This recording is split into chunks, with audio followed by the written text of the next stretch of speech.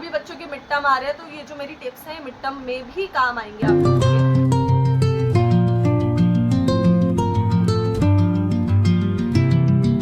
Hi everyone, welcome back to my YouTube channel Cheena. कैसे आप सब? आई होप आप सब अच्छे होंगे और बहुत दिनों से मेरी वीडियो का वेट कर रहे होंगे कि नेक्स्ट वीडियो किस पे आएगी, क्या बनाऊंगी। मेरे को टाइम नहीं मिल रहा है, बट स्टिल मैंने कहा नहीं, आज वीडियो बनानी है तो बनानी है। मैंने खुद को पुशअप करा कि नहीं, आज तूने प्रॉमिस करा था तो तुझे वीडियो लेके जानी है। तो आज की वीडियो मेरी मास्टर आंसर राइटिंग पे है अकाउंट्स की, कि उसको कैसे मास्टर करे, क्या लिखना होता है। देखो मेरा क्या था, जब मैं 12th में थी, बोर्ड के एग्ज़ाम दे रहे, तो मैंने आपको बताया कि मैं लिखती थी, मैं इसमें लिखती थी कि मैं कितने एक्सपेक्ट कर रही हूँ, मेरे रियलिटी में कितने नंबर आए हैं, तो मैं इसमें लिखती थी 64 I was expecting and I got 61 in accounts. तो दैट वॉज प्रिटी वेल कि जो लड़की सिर्फ पास होती आई थी अकाउंट्स पे पासिंग नंबर्स के साथ, वो 80 में से 61 लेके आ रही है, तो बहुत ही अच्छी चीज़ थी मेरे लिए विदाउट कोचिंग। तो अब हम चलते हैं, देखते हैं कि क्या क्या ऐसी टिप्स हैं जिनको हमें फॉलो करना है, जिसकी वजह से पहले तो हमारा जो अकाउंट्स का पेपर है वो बहुत जल्दी हो जाए और हमारा जो पेपर है वो गंदा भी ना लगे। हमारी डायरी हमारे साथ आई है आज, तो इसमें मैंने चीज़ें लिखी हैं कि आपको क्या क्या बताना है, कैसे कैसे बताना है। तो फिर मैं पढ़ पढ़ के आपको बताऊँगी, और अगर आप चाहते हैं तो नोट कर लें, नहीं तो आप बार बार वीडियो देख सकते हैं, बट उसमें आपका टाइम वेस्ट होगा। मेरा वॉच टाइम तो बढ़ जाएगा, लेकिन आप लोगों का टाइम वेस्ट होगा। तो आई वुड सजेस्ट कि आप नोट कर लें एक ही बार, ठीक है। तो पहली चीज़ तो है कि फॉर्मेट कैसे बनाना है। देखो, अगर आपकी कैलकुलेशन तेज है, आपको खुद पे इतना भरोसा है कि आप अकाउंट्स का पेपर विद इन टाइम कर सकते हो, या फिर आधा एक घंटा पहले कर सकते हो, जो कि पॉसिबल नहीं होता काफ़ी बच्चों के लिए, बट अगर आपको खुद पे है कि आप कर लोगे अकाउंट्स का पेपर, तो अगर आपके पास टाइम है तो आप जो लाइंस वगैरह जो फॉर्मेट होते हैं आप उनको स्केल से बना लो। अगर आपके पास टाइम नहीं है तो ज़रूरी नहीं है आपने स्केल से बनाना है।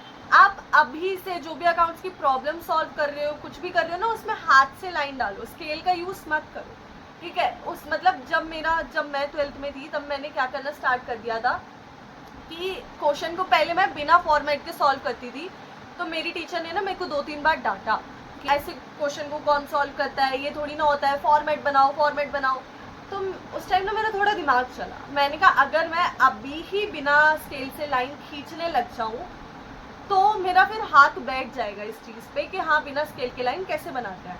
तो फिर मैं बिना स्केल के लाइन खींचती गई, मेरा प्री बोर्ड जल्दी हुआ, मेरा बोर्ड के एग्ज़ाम आधे घंटे पहले हो गया।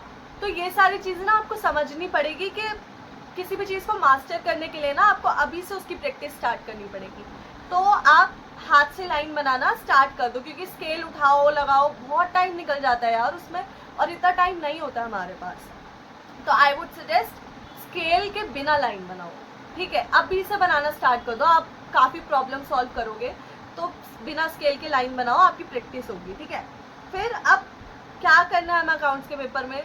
देखो, हमारा जो अकाउंट्स का पेपर वो होता है, वो 2 पार्ट में बटा होता है। एक तो होता है पार्ट ए, एक होता है पार्ट बी। पार्ट ए में क्या करना होता है आपको, आप, मेरे को इस साल का फॉर्मेट तो नहीं पता यार, अगर आपको किसी को भी कोई भी नॉलेज हो कि इस साल क्या चल रहा है एंड एवरीथिंग, तो मेरे को मेरे इंस्टा पे मैसेज कर देना, या फिर मेरे को यही कमेंट्स में बता देना, ताकि मैं उस चीज़ों के हिसाब से, उस फॉर्मेट के हिसाब से मैं आपको समझा पाऊँ।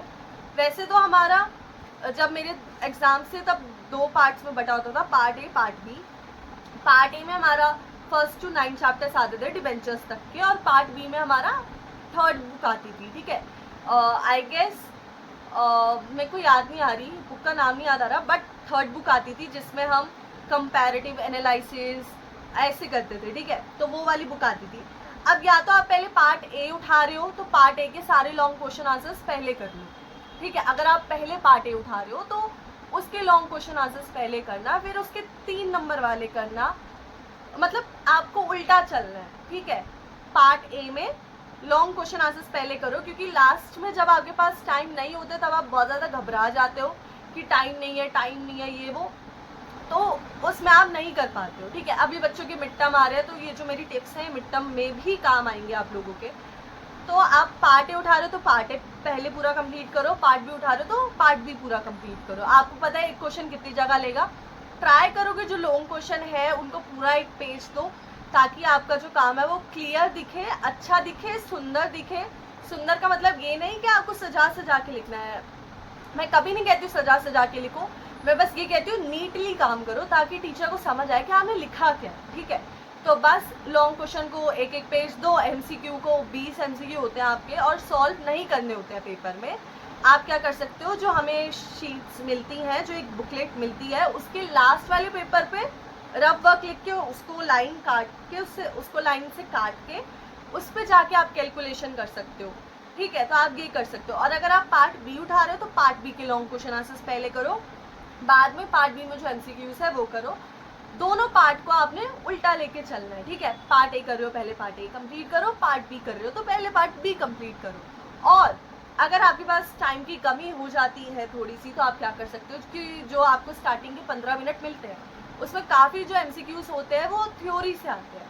और मैंने आपको अकाउंट्स की वीडियो में ये भी बताया था कि सिर्फ थ्योरी पे फोकस करो, क्योंकि अगर आपने एक बार थ्योरी समझ ली आप प्रैक्टिकल क्वेश्चंस अपने आप समझ जाओगे। ठीक है, और कैलकुलेशन अपनी स्ट्रॉन्ग करो। तो जो स्टार्टिंग के 15 मिनट्स मिलते हैं उसमें आप सारे लॉन्ग क्वेश्चन आंसर्स पढ़ने की जगह एमसीक्यू पढ़ो।